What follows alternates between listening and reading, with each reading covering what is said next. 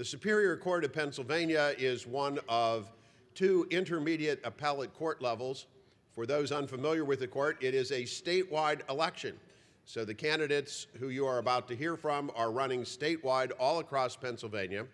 We also have judicial retention elections up this year, and Judge Kevin Bobson is going to talk on behalf of the candidates up for retention. But the Supreme Court of Pennsylvania, a couple of years ago in 2015, the labor unions poured millions of dollars into that court and essentially bought it.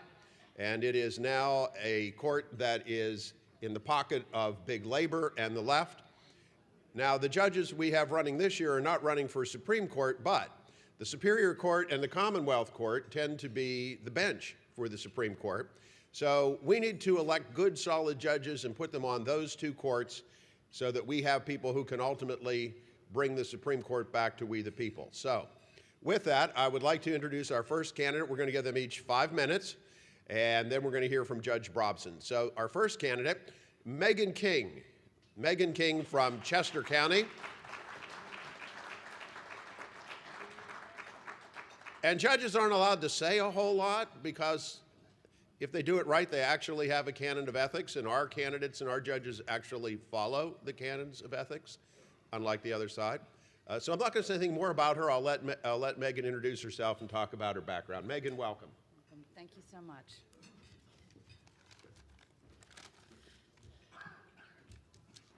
Good morning, everyone. Thank you, Lowman Henry, and thank you for this opportunity to talk to all of you about the things which we are passionate about, our conservative values. I've always believed in the rule of law, and it is a strong guide to how I view my role as a future judge. Good morning, my name is Meghan McCarthy King. I currently serve as the Deputy District Attorney of the Child Abuse Unit in Chester County. I previously served as the supervisor of the Child Abuse and Elder Abuse units in Lancaster County. As you can imagine, these are very difficult cases. I handle homicides and the sexual and physical assaults, and also complex financial schemes that are targeted against our seniors. In Chester County alone, we had over 2,000 reported cases of child abuse.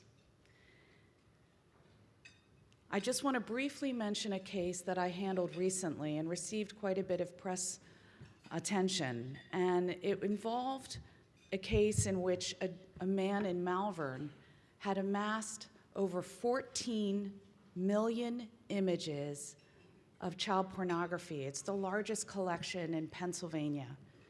And not only had he amassed such a large collection of the most despicable acts perpetrated on children, but that wasn't enough for him.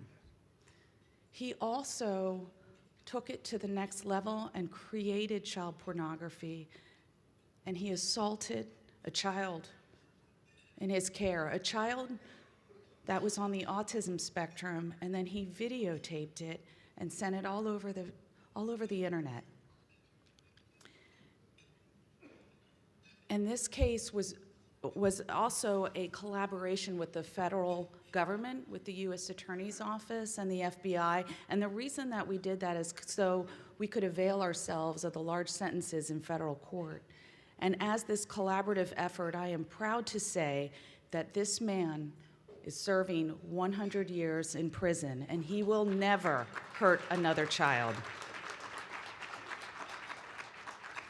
This case was unique in Chester County in that it also was the first human trafficking case because this man took this vulnerable child to Montgomery County and he had her used for sexual purposes and videotaped. And so when I went to the judge and he had been sentenced in federal court, the judge looked over at me and he said, 100 years, Meghan.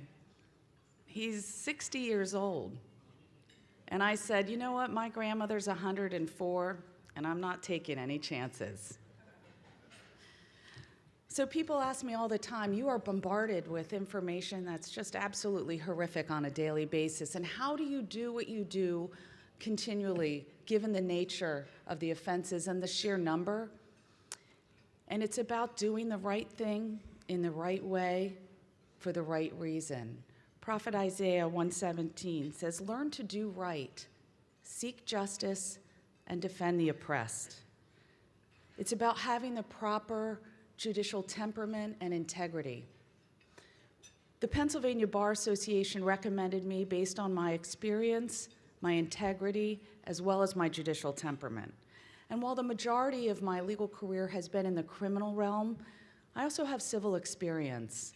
I've taught education law and special education laws and regulations to teachers at the graduate school level, and I also had the opportunity to clerk for Justice Thomas Saylor of the Pennsylvania Supreme Court, where we addressed civil as well as criminal matters on appeal. Over 70% of the cases that come before the Pennsylvania Superior Court are criminal in nature.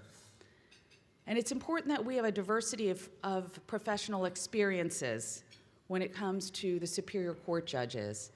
And it's important that we have judges that have the requisite experience to understand and comprehend the ramifications of the decisions made by the Superior Court. I have worked very hard as a prosecutor, and I want to continue to serve the public and to make a difference. I'm a law and order person, I'm a constitutional conservative, and I will not legislate from the bench. The job is to interpret the law, not to make new law. Lincoln said, "Do not tread on our Constitution. That must be maintained, for it is the safeguard of our liberties." The next judge is going to take the oath at a critical time in our judicial system, and we need two judges on the bench that have the requisite experience, integrity, and judicial temperament. Two judges that will do the right thing in the right way for the right reason. I'm running together with Judge Christy Lee Peck from Cumberland County, and we are asking for your support in 2019. Thank you very much.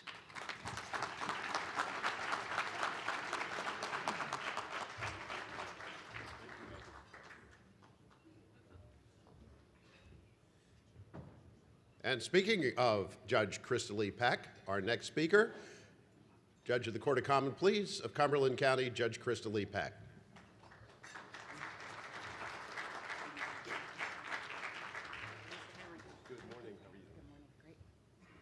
Good morning, everybody. I'm honored to be here. Thanks for giving us this opportunity. My name is Christy Lee Peck, and I am a judge in Cumberland County, right here where we are seated today. I'm entering into my 8th year on the bench, and every day in court, I'm honored to serve the citizens of Cumberland County. You know, every day what's happening in your courthouses, everybody should be paying attention to it, and I appreciate Mr. Henry's remarks about how important the courts are. When I became a judge, we go to what's called baby judge school, which is 1 week where you're getting a general understanding of the whole lay of the land. But what they told us about is to appreciate the power that we're exercising on a daily basis. If you think about it, I have the ability to take away somebody's parental rights. I have the ability to put someone in jail or not put someone in jail. I have the ability to handle any sort of business disputes. I have the ability to take away somebody's liberties if it's necessary at the time. So you want to make sure that you're paying attention to your local courts, and I invite you to come to the Cumberland County Courthouse and watch what's going on, or to your own individual courthouses, to make sure that your judges are applying the law fairly and as it's written. I've lived in Pennsylvania all of my life. I care about the citizens of Pennsylvania. I want to serve the citizens of Pennsylvania to make sure that our courts are fair. You know, if you are not paying attention to the courts, you're not paying attention to a third of your government. Of course, it's very important to pay attention to your legislators and to the executive branch, but if you aren't paying attention to the courts, that's 1/3 of your government you're not paying attention to. And we're the ones that have the discretion every single day to apply the law, to apply it fairly or not. I went to Penn State and Dickinson School of Law to give you a background, but what I really want to talk to you about is what's happening in court every day. Every single day, I'm tasked with protecting people's rights. Every day in court, I'm tasked with protecting your freedoms. That's what we take an oath to do. Just yesterday, I was handling a case in court, and there was a mother that had had her children taken from her by Children and Youth because she had been suffering from addiction for a very long period of time. and she wasn't taking care of her child. That's a terrible thing to have happen. But I will tell you that she did what was necessary, and she overcame her addiction. And if you're out there watching, you know I believe in you, and I hope that you're going to continue to do well for your children. Those are the types of things that are happening in court. And then I was just looking yesterday for some inspiration at pictures of adoptions. It's one of the best things that I do in court. And I have to tell you, whenever children come in, I can see tears of happiness in their parents' eyes or in their adoptive parents' eyes when that's going on. And it's just a happy occasion. It's a beautiful thing to have happen. The other day in court, I was handling a custody case, for example, as well. And when I was talking to the child, we were talking about various things to do with the custody case. And at the very end, I say, well, do you have any questions for me, sweetheart? And she says, yes. What's it like to be a judge? I was just not expecting that question, and she told me that she had a temper and that she didn't think that she could be a judge, to which I responded to her and said, you know what, I think you have a bright future ahead of you. I think you'll figure it out as you get older. But that's what's happening. I'm talking to your children's community on a daily basis. I'm making sure that all of your rights are protected. You know, whenever I became a judge, I took an oath, and I'm telling you that that's what I intend to do as your Superior Court judge. We in Cumberland County do all areas of law. We do civil, criminal, adoption cases, we do orphans court matters, we do criminal jury trials, we do civil disputes, we do medical malpractice cases. I have experience in every single area of law that the Superior Court hears on a daily basis. The Superior Court makes sure that all of your local county judges are applying the law fairly and as it's written and treating people with respect. And that's what I intend to do when I'm on the Superior Court.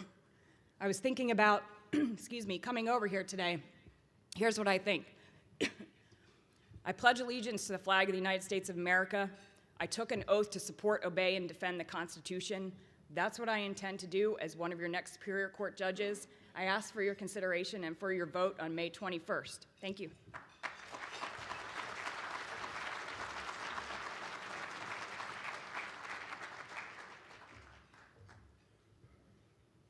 Thank you, Judge. And now from, I understand, Luzerne County, former Montour County District Attorney, but now from Luzerne County, Rebecca Warren. Rebecca.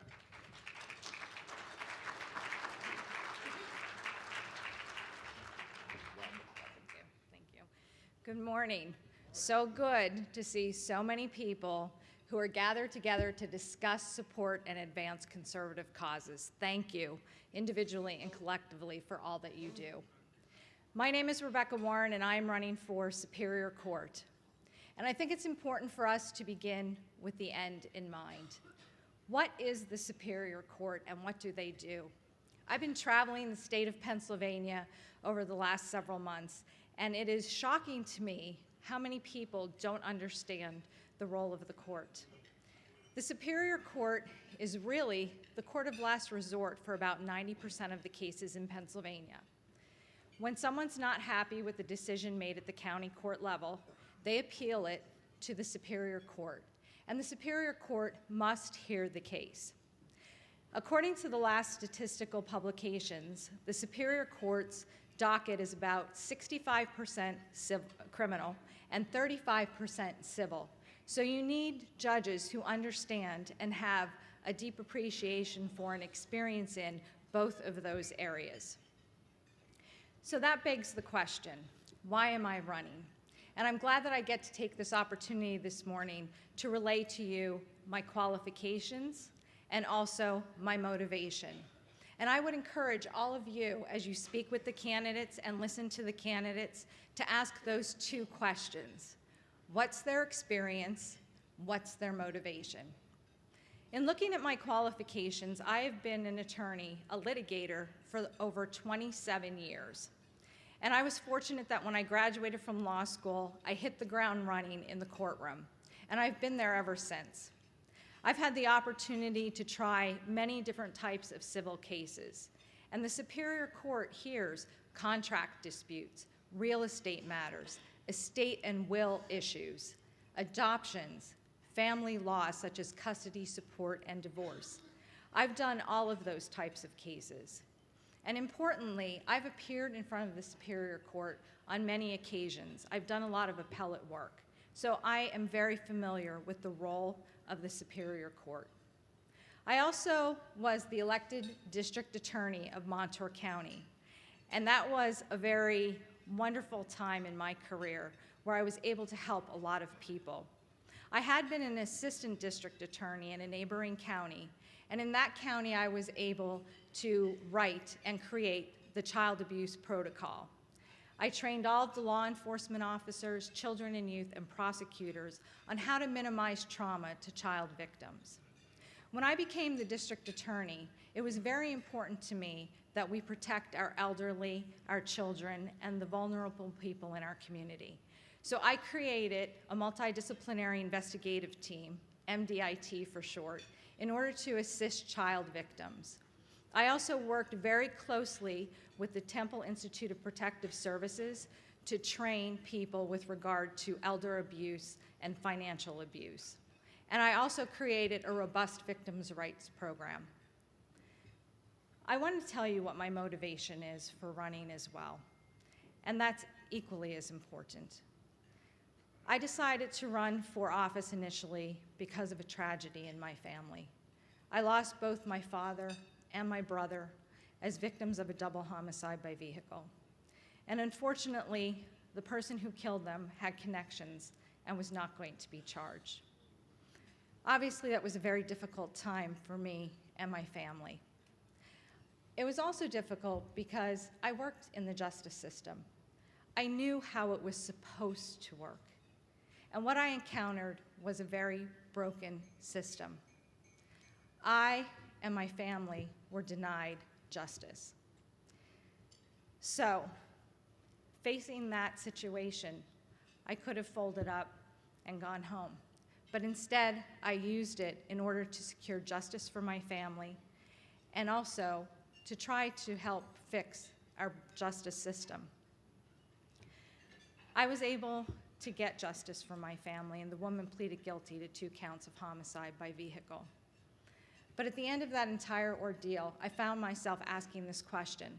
If I hadn't been an attorney, if I hadn't known the justice system, would my family have received justice? And the answer to that was no. So now I ask the second question. How many other people does that happen to? I would like to be a person as a judge who delivers justice, equal justice to all. So I thank you for your consideration. I would appreciate your vote on May 21st. I'm first on the Republican ballot, and I'd like to leave you with these words that are very important to me. Do justice, love mercy, walk humbly. Thank you.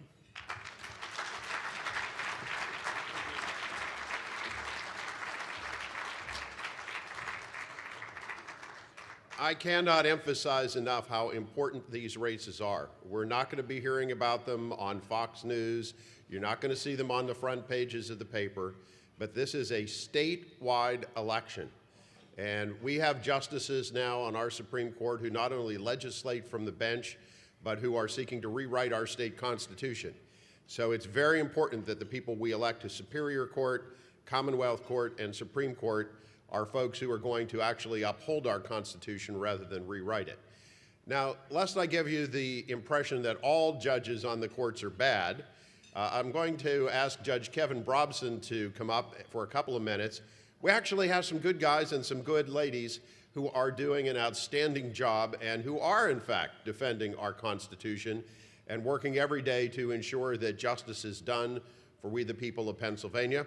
So speaking on behalf of the judges up for retention this year, Judge Kevin Bobson. Kevin, thank you very much. Good morning, everyone. What an amazing gathering. It's been 10 years since I had the opportunity to appear in front of this conference, and it just reminds me what an amazing country we have. We live in the greatest country in the world, don't we? It is wonderful to be in this country and in this Commonwealth as well. And I want to thank Lowman and David for everything that they have done to keep this movement going, to keep this gathering going. I want to thank Mr. Anton, God bless him, for everything he did to keep this movement going. My name is Kevin Bobson, and I am privileged to serve the people of Pennsylvania on the Commonwealth Court I've been so privileged for the last 10 years. My job here this morning is to remind you all that we're not just electing judges this year, but we also have to keep judges this year. And on behalf of my colleagues and friends, Judge Patricia McCullough on the Commonwealth Court and Judge Judy Olson on the Superior Court, I'm asking you to support them for retention in November. It's a yes vote in November to keep those fine jurists. I'm also asking you humbly to support me. Only in this great country, only in this great Commonwealth can a kid who grew up in Lycoming County, Pennsylvania, rise to the second highest court in the Commonwealth of Pennsylvania, the Commonwealth Court. Only in this country and in this Commonwealth can a kid from Lycoming County, the son of a Pennsylvania state trooper, appear before this body and have the opportunity to ask you for your support again. Not too many people know about the Commonwealth Court until a case of great public importance comes up. But the Commonwealth Court is a blessing to all of us. The Commonwealth Court is unlike any other court in the nation. This is the court that makes sure that government follows the law. This is the court that helps determine how we elect our public officials, how we care for our elderly, how we educate our children, how we protect our historic and natural resources. It's the court that makes sure that our rights are protected. And it's important that we have judges on that court that understand that the role of judging is to interpret the law as written and not how some would like it to be written.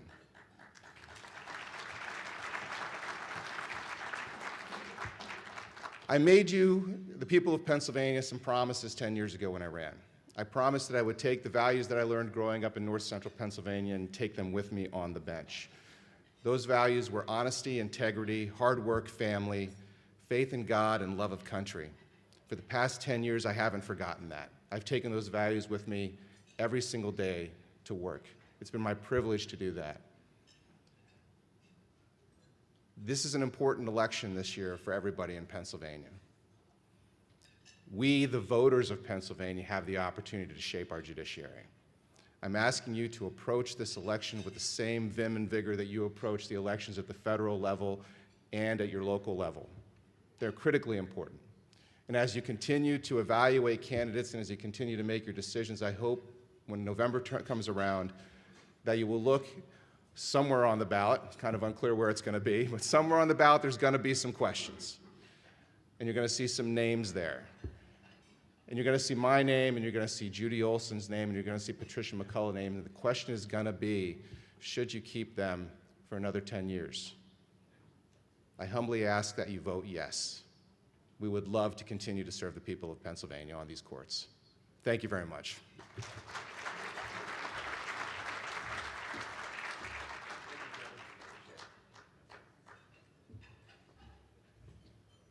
Again, and we cannot emphasize enough how important these races are. As has been said, this is a third of our state government. So our candidates are going to be here for the next several hours. Please take an opportunity to talk with them. And remember, it is a statewide election, so they are running in your hometown as well.